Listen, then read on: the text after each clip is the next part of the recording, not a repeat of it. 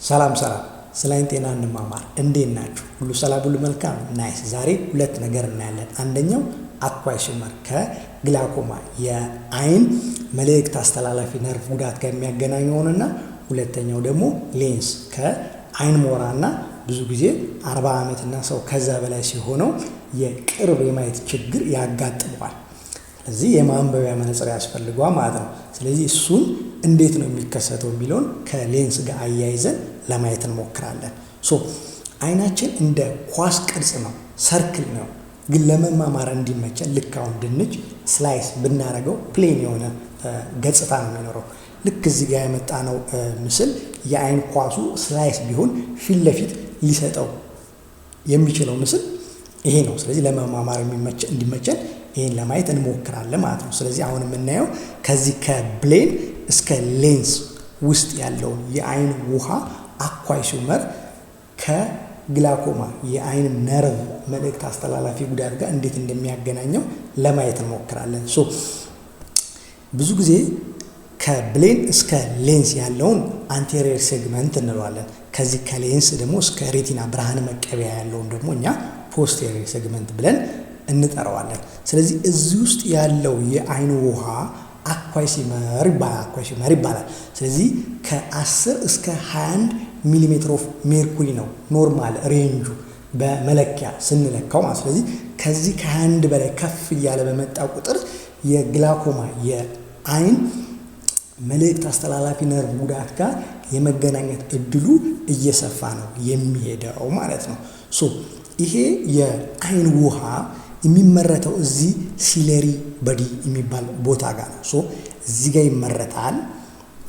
ስለዚህ በዚህ በኩል ያልፍና ከሉክ እዚህ ጋር የምታዩት ምስል 3D ቪው ነው። ይሄ የምታዩት ደግሞ ይሄ ፒውፕል ይባላል። የሚመጣው ብርሃን በዚህ በፒውፕል በኩል ነው የሚያልፈው። ይሄ ደግሞ ዙሪያው የምታዩት ቅርጽ አይሪስ ይባላል። ስለዚህ ይሄ አይሪስ በሚጠብበት ጊዜ ይህን ፒውፕል ያጠባል። ምክንያቱም ከፍተኛ የሆነ ላይት በሚመጣ ጊዜ እቺ ፒውፕል ጠበብ አድርጋ መጥና ታስገባለች። በቂ ብርሃን በሌለበት ኤሪያ አካባቢ ደግሞ እቺ ፒውፕሏ ሰፋ ትልና በቂ ብርሃን እንዲገባ ታደርጋለች። ስለዚህ ይሄ አይሪስ ሲጠብና ሲሰፋ ይሄ ፒውፕል ቀዳዳ የምንለው በመጥበብና በመስፋት የሚመጣውን ብርሃን መጥኖ ወደ ውስጥ ያስገባል ማለት ነው። ስለዚህ እዚህ ጋር የተመረተው ሲለሪ በዲ ላይ የተመረተው አኳይሽመር በዚች በፒውፕል ያልፍና ወደዚህ ጥግ ጋር ትራቢኩላር ሜሽወርክ የሚባል ወንፊት የሚመስል ቅርጽ አለ። በሱ በኩል ውሃው ያልፍና ሽለምስ ካናል የሚባል ትቦ አለ። በዛ አልፎ ከደም ጋር ተቀላቅሎ ወደ ሰውነታችን ይሄዳል ማለት ነው። ስለዚህ ዋናው ነገር እንዴት ነው ከግላኮማ ጋር የሚያገናኘው? እዚህ ጋር የተመረተው የአይን ውሃ እዚህ ጋር ከሚወጣው የአይን ውሃ ጋር መመጣጠን አለበት። እድሜ እየጨመረ በሚመጣ ቁጥር እዛ ጥግ ጋር ያለው ወንፊት የሚመስለው ትራቢኩላር ሜሽወርክ ያልኳችሁ ስትራክቸር ማስገቢያው እየጠበበ ይመጣል። ስለዚህ የተመረተው ምርትና የሚያልፈው ውሃ አለመመጣጠን ይገጥመዋል። በዚህ ምክንያት የአይን ግፊቱ እየጨመረ ይመጣል። ያ ማለት የአይን ግፊቱ ጨመረ ማለት የብርሃን አስተላላፊውን ነርቭ እዚህ ያለውን ኦፕቲክ ነርቭ ይጎዳዋል። ያ ማለት ደግሞ ቀስ እያለ እየጠበበ የእይታ አድማሳችን ይመጣል። ያ ማለት የማይመለስ የአይን ችግር እያጋጠመን ይመጣል። ያ ማለት ግላኮማ በሰፊ ወደፊት እንማማረዋለን። ስለዚህ ይሄ አኳይሽመር የምንለው ከግላኮማ የሚያገናኘው የአይን ውሃ ነው ማለት ነው። ሌላኛው የምናየው ደግሞ እቺ ሌንስ ነች። ከሞራ ጋርና ቀደም እንዳልኳችሁ ከቅርብ የማንበብ ችግር ጋር የሚያገናኛት ማለት ነው። ስለዚህ የሚመጣው ብርሃን በብሌን ታጥፎ እዚህ ጋር በሌንስ ታጥፎ እዚህ ሬቲና ብርሃን መቀበያ ላይ ማረፍ አለበት። ክሊር የሆነ ግልጽ የሆነ እይታ እንዲኖረን ማለት ነው። ከፍተኛ የማጠፍ አቅም ያለው ብሌን ነው። ቀሪውን ደግሞ የሚያጥፈው ምኑ ነው? ሌንሱ ነው ማለት ነው። አኮሞዴሽን የምንላት አንድ ነገር አለች። አኮሞዴሽን ማለት እቺ ሌንሷ ፓወሯን በመጨመርና በመቀነስ ከርቀትና ከቅርብ የሚመጣውን ብርሃን አጥፋ እዚህ ሬቲና ላይ የምታስቀምጥበት ቴክኒክ ነው አኮሞዴሽን የምንለው። እዚህ ሲለሪ በዲ አካባቢ ሲለሪ መስል የምትባል ጡንቻ የአይን ጡንቻ አለች። እሷ ኮንትራክት በምታደርግበት ጊዜ እዚህ ጋር ደግሞ ሌንሱን ዙሪያውን የያዘው ሰስፐንሰሪ ሌጋመንት የሚባል እንደ ገመድ ስትራክቸር አለ። እሱ ምን ያደርጋል? ሪላክስ ያደርጋል። እሱ ሪላክስ በሚያደርግበት ጊዜ የዚች የሌንሷ ፓወር ይጨምራል ማለት ነው። ልክ እዚህ ጋር እንደምታዩት የሌንሷ ፓወር ይጨምራል። ለምን? ከቅርብ የሚመጣ ላይት ብዙ ጊዜ ፓወርፉል ስለሆነ ሌንሷ ያንን አጥፋ ሬቲና ላይ ለማሳረፍ ፓወር ያስፈልጋታል። በዚህ ምክንያት ፓወሯን ትጨምራለች ማለት ነው። ከርቀት የሚመጣው ደግሞ ላይት ደከም ያለ ስለሆነ ብዙም ፓወር ስለማያስፈልጋት ልክ እዚህ ሲለሪ በዲ ላይ ያለው ሲለሪ መስል ሪላክስ ያደርጋል። ዘን ሰስፐንሰሪ ሊጋመንት ሌንሱን ዙሪያውን የያዘው ደግሞ ኮንትራክት ሲያደርግ ይሄ ሌንሱ ሻርፕን ይሆናል፣ ፓወሩ ይቀንሳል።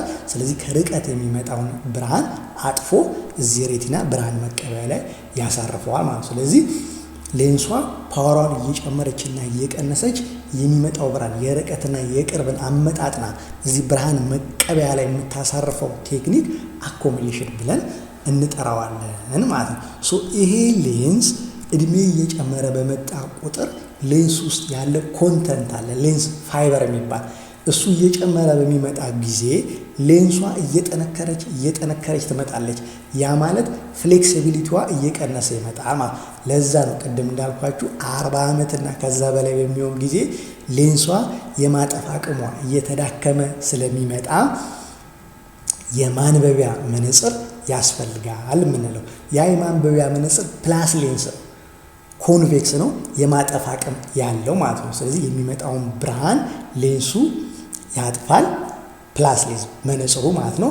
እንደገና ደግሞ የተፈጥሮ ሌንሳችንም ኮንቬክስ ነች፣ እሷም ታጥፍና የሚመጣው ብርሃን እዚህ ሬቲና ብርሃን መቀበያው ላይ ያርፋል፣ ተጋግዘው ማለት። ለዛ ነው መነጽር የሚያስፈልገው ማለት። ስለዚህ የሚመጣው ብርሃን በሌንስ ታጥፎ እዚህ ሬቲና ብርሃን መቀበያው ላይ ሲያርፍ ክሊር የሆነ እይታ፣ ግልጽ የሆነ እይታ ይኖረናል ማለት። ስለዚህ ያንን መልእክት ወደ ኤሌክትሪካል ሲግናል በሬቲና በብርሃን መቀበያው ተቀይሮ ይሄ ኦፕቲክ ነርቭ ደግሞ ወደ ብሬን ይወስዷል። ዘን ብሬን ይሄን አይተናል ያን አይተናል እያለ ትርጓሜ ይሰጣል ማለት ነው። ሶ የዚች አኳይሲመር ቅድም ያልኳቸው እዚህ ውስጥ ያለው ውሃ ጠቀሜታዋ ምንድን ነው? ይሄ ብሌንና ይሄ ሌንስ ትራንስፓረንት ናቸው፣ የደም ቱቦ የላቸውም፣ አስተላላፊ ናቸው። ስለዚህ የምግብ አገልግሎት የሚያገኙት ከዚህ ከአኳይሲመር ነው ማለት ነው። ስለዚህ ይሄ ሌንስ በጊዜ ሂደት ወደ ሞራ የአይን ሞራ እየተጠቃ ይመጣል። የአይን ሞራ ማለት እዚህ ጋር እንደምታዩት ነጭ እየሆነ ይመጣል ማለት ነው። ስለዚህ ይሄ ምንድነው? ብርሃን የማለፍ አቅሙ እየቀነሰ ይመጣል። ስለዚህ ማየት እየተቸገረን ይመጣ ማለት ነው። ግን እዚህ ጋር የምታዩት ግን ፒፕል ግን እዚህ ጋር ስታዩት ግን ጠቆር ያለው ምንድነው? በሞራ ያልተጠቃው ሌንስ ነው ማለት። ስለዚህ በሞራ ሲጠጋ እንደዚህ ወደ ነጭ የሆነ ምስል ይሰጠናል ማለት ነው። በብርሃን ብናየው ደግሞ እዚህ ጋር ያያችሁት በሞራ ያልተጠቃው የሚመጣው ብርሃን በሌንስ ሲታጠፍ ሬቲና ብርሃን መቀበል ክሊር ሆኖ ነው የሚያልፈው። እዚህ ጋር ግን ሞራ ሲኖረው ግን ሌንሷ የሚመጣውን ብርሃን ብትንትን ታደርገዋለች። ስለዚህ ታካሚው ግልጽ ያለ እይታ አይኖረውም ማለት ነው። ያ ሌንስ በሞራ ተጠቅቷል ማለት ነው። ስለዚህ አኳይሲመር የአይን ውሃ ከግላኮማ ጋር እንዴት እንደሚገናኝ አየን። ከፍ ሲል የአይን መልእክት አስተላላፊ ነርቭን ይጎዳዋል። ለብሬንና ለሌንስ የምግብ አቅርቦት የሚሰጠው ይሄ አኳይሲመር ነው። ሌላኛው ሌንሱ ደግሞ በሞራ የሚጠቃው ይሄ ሌንስ ነው። እድሜ እየጨመረ በመጣ ቁጥር ደግሞ የመተጣጠፍ አቅሟ ስለሚቀንስ አብዛኛው ሰው ኦልሞስት ኦል 40 ዓመትና ከዛ በላይ ሲሆነው የማንበቢያ ድጋፍ ያስፈልገዋል። ምክንያቱም የሚመጣውን ብርሃን የተፈጥሮ ሌንስ ማጠፍ ስለሚቸገር በማንበቢያ ሌንስ ብርሃኗ ታጥፋ ሬቲና ብርሃን መቀበያ ላይ ታርፋለች ማለት ነው። ይመቻችሁ።